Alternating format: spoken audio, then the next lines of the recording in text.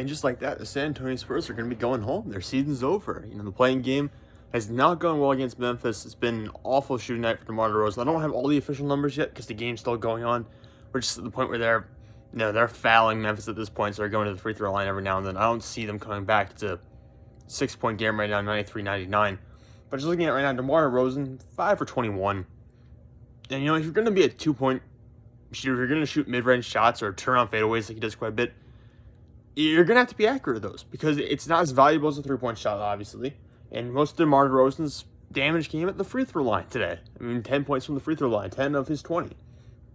And look at the team as a whole. The Spurs didn't shoot very well throughout the entire game. Rudy Gay is probably, their best shooter tonight.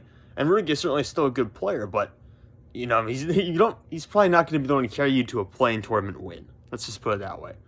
Whereas for the Grizzlies, I was actually really impressed with the Grizzlies, even more so than I was with Washington or Boston the other night. I wasn't really impressed with either one of those teams. Certainly not with Charlotte. I was with Indiana, and I am with Memphis. And I know they haven't scored a ton of points here in this game, but just looking at what Jonas Valanciunas has brought to the table, I know he's not necessarily the most creative player in space in both offense and defense, but he's added a little extra rim protection there, and certainly has gotten much better. If you've fallen asleep and haven't really watched Memphis Grizzlies basketball, you haven't known that Jonas Valanciunas has gotten significantly better and has been working the offense significantly more than he was when he was at the Toronto Raptors. So he's doing quite a bit for them. Dillon Brooks on both ends of the court certainly doing a lot. Just look at Dillon Brooks' numbers right now. Right now at this point in the game, there's still 13.2 seconds left, but Dillon Brooks has 24 points, 7 rebounds, 3 assists, 2 steals. The guy was all over the court for them. And of course, Valanciunas was giving them a huge rebounding advantage inside. So those two are crucial. And of course, we have to talk about Jaren Jackson Jr. comes back. He's missed a lot of games this season, most games this season. I think he only played in 11.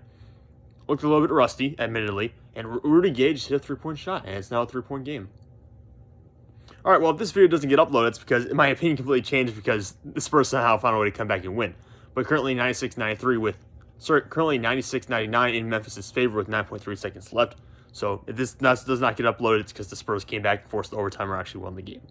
But Ja, 8 for 20, 6 assists, 6 boards, 19 points. Ja and Morant had a good game, but I think certainly if you're looking at the players who had the larger impact in this one, Valanciunas, I would say Dillon Brooks as well. I'd say those are probably the 2 best performances for the Memphis Grizzlies. And you look at Ja probably will play better in the next outing.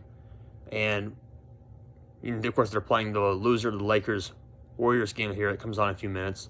And I expect Jaren Jackson Jr. to improve as he gets healthier and gets more minutes. So I think it's going to be it looks very promising for Memphis, honestly. I think if Memphis plays at this level again moving forward, they might have a legit chance of beating whoever loses that Lakers-Warriors matchup. So I was very impressed by how Memphis played tonight. The Grizzlies certainly look like a legitimate competitor here.